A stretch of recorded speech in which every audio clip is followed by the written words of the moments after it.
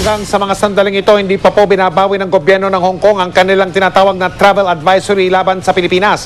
At sa paglabas ng report ng ating IIRC kahapon, bumandera sa mga pahayagan sa Hong Kong ang mga pahayag ng komite. Pero para sa isa sa mga nakaligtas, kulang ang report na yan ng IIRC. Mula sa Hong Kong, nakatutok ang GMA News stringer na si Ason Cañete.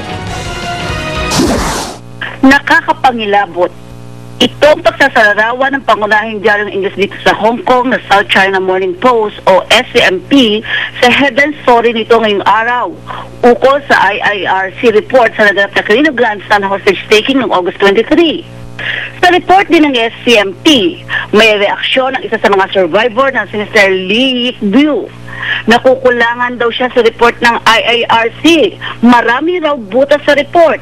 Bakit daw walang paliwanag kung saan nakuha ng isa pang hostage na si Jason Leong Song-su ang tama sa ulo nito. 2 beses inoperahan si Jason at siya may pinakamatinding sugat na natamo sa mga nakaligtas na bihag. Tanong pa rin ni Mr. Yik-biu, bakit din daw hindi man lang naisama ang kwento ng ilang pang survivor? Ganito rin ang mga tanong ng mambabatas na si Ronnie Tong Hawa. Saan daw nakuha ni Jason ang matinding sugat sa ulo na halos ikamatay niya? Gusto rin daw sana niya makapagpadala ng delegasyon sa Pilipinas. We very much hope that this can be done so that we can have a direct opportunity to express our concerns and the various issues which have been troubling us.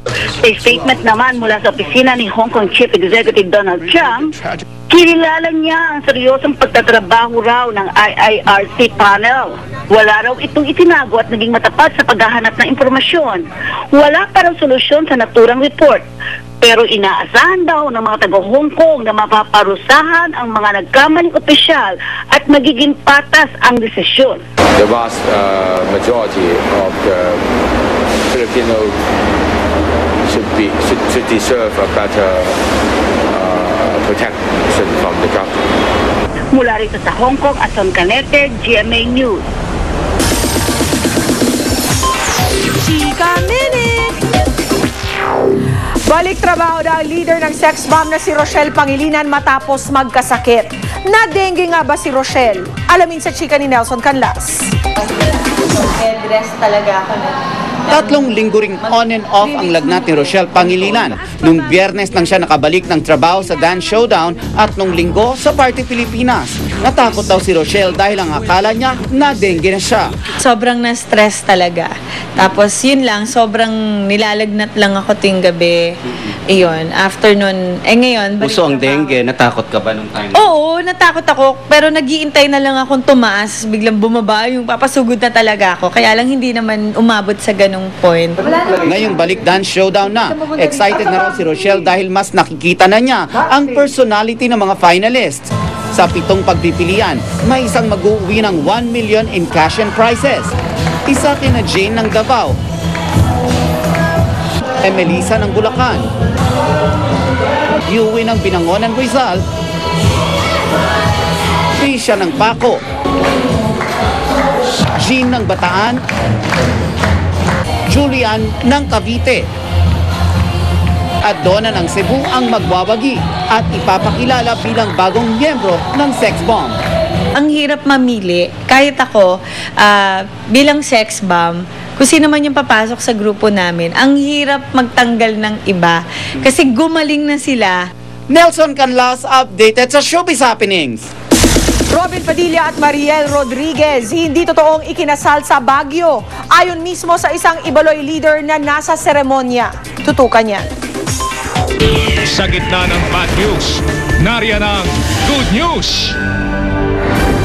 Isang Pinoy ang kinilala sa Amerika dahil sa kanyang world-class na imbensyon. Kabilang dyan, ang isang aparato na pwedeng gamitin para mainom ang tubig ulan at isang kakaibang wheelchair. Yan ang magandang balitang tinutukan ni Cesar Apolenario. Ito ang super wheelchair all-in-one dahil mula sa pagdumi, pagligo hanggang sa pagpapahinga, wala nang aalalahanin pa. Ilan lang ito sa mahigit 70 imbensyon ni Dr. Antonio Mateo, Pinoy inventor na talaga namang world-class ang galing. Kapatid ko na-stroke. Yung mga completely immobile, hindi anong pasyente. You can just imagine pagpunta niya sa CR. Dahil sa imbensyon niyang ito, ikinawad kay Dr. Mateo ang silver medal sa INPEX o Invention and New Products Exposition 2010 sa Pittsburgh, Pennsylvania sa Amerika. It's not the awards or the recognitions ang habol ng inventor eh. Ang habol talaga namin dito na makatulong yung mga inventions natin sa mga tao. At dahil naniniwala siyang all work and no play makes a dull person, si Dr. Mateo hindi kinakalimutan ang mga imbensyong nakaka-relax. Naimbento rin ni Dr. Mateo ang aparato para mainom ang tubig ulan, ang IRHS o Innovative Rainwater Harvesting System. Ang tubig mula alulod pwede nang inumin sa pamamagitan ng ceramic filter kontra mikrobyo at mineral stones panlaban sa acidity. Pagka meron tayong mga typhoons, floods, disasters, lalagay sa disaster, sa evacuation center, walang tubig, walang facilities. Dito, umuulan ka, ba't hindi mo gamitin yung tubig? Pero ayon na rin kay Dr. Mateo, hindi madali ang buhay ng mga inventor sa Pilipinas. Yun ang problema ng mga inventor, financial. Pati pensyon ko, nailagay ko na rito eh. Ayoko munang umalis ng na yung mga inventions na pumunta sa ibang bansa. Kailangan muna magamit ng mga kababayan natin. Ang mga imbensyon ni Dr. Mateo, patunay na may kakayahan ng mga Pinoy na makipagsabayan sa husay at galing ng mga inventor sa buong mundo. Hangad lang ng mga tulad niya, sana'y tangkilikin daw ng mga Pilipino ang mga gawang Pinoy. Cesar Apolinario, Nakatutok 24 Oras. Susunod! Lalaki sa bansang Croatia, nailigtas bago lamunin ng ilog ang kanyang bangka. Sa Brazil naman, ang tungtungan ng mga nanonood ng karera bumigay.